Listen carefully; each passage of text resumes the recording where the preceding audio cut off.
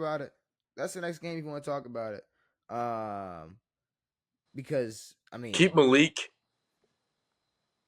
Put Malik back in the game. look, okay, so I know like there's a lot of like memes going around like Packers with Jordan Love 0-2, with Malik Willis 2-0. I'm just Pretty saying, sick. like I'm just saying, and it's like, all right, I mean, they three picks is pretty dog shit. they went 2-0 against mediocre teams. Yeah, Also, Jordan Love was not healthy. he was not. No, Jordan Love was not he healthy was during this hobbling. game, He was and bumbling.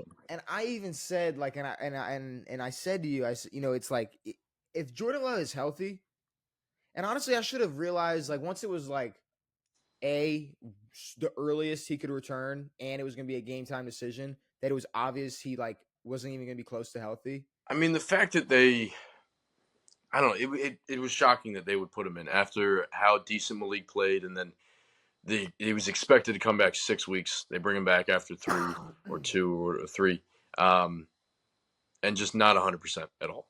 At all. I mean, and they were zooming in on him just hobbling around after just just routine dropbacks, and he had one rush, and after winces in pain. It Yeah, seems like he winces, and I'm being dramatic, but I don't know. He did not look healthy to me. but it's So not like this is week 17. He has to play to fucking get into the playoffs. This is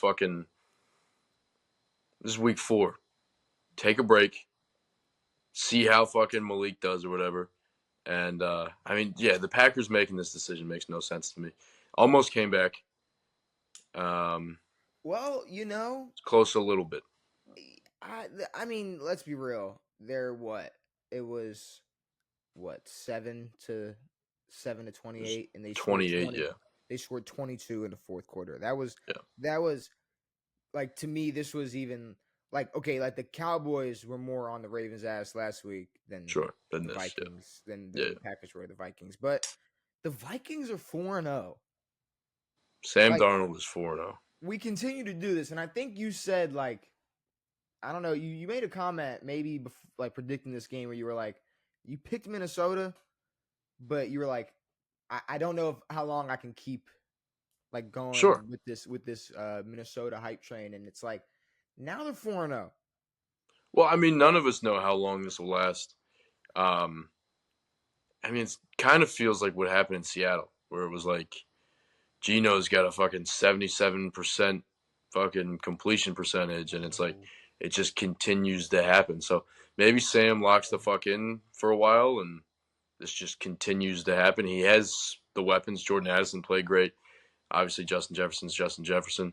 I mean, they've beaten the Niners, Houston, and Green Bay. I mean, they're not. It's not like they're playing slouches, and they No. got the Jets, and then the bye week, and then the Lions. I mean, we're really gonna see. Aaron We're Jones really doesn't gonna look as old see. as he used to.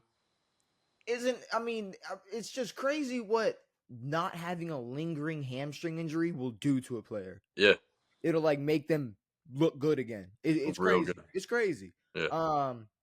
Which I mean, I can't blame Minnesota for being, or I can't blame the Packers for going like, oh, we can get Josh Jacobs.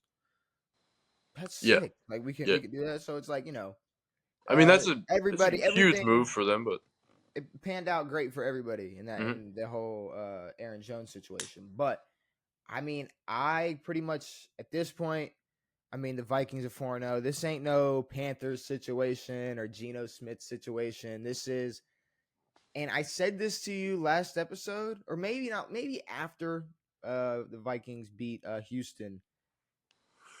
I think we just may be seeing a scenario where, and this is kind of what I meant by like, we got to stop talking about Geno Smith like he's some just backup bum that's coming in. It's like, no, like if Sam Darnold continues to play this way, and it just turns out that he went through years of progression as a backup quarterback and then finally got his opportunity with a good team that we didn't expect to be good, but they're a good fucking team.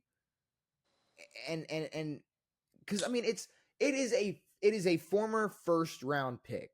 So we're not this isn't some slouch. This isn't some random person. This was someone who was labeled as a bust, sat and developed for years, finally got his opportunity again, and I mean, I don't know. Well, It's just the you. sitting and developing thing is tough for me because this is rare.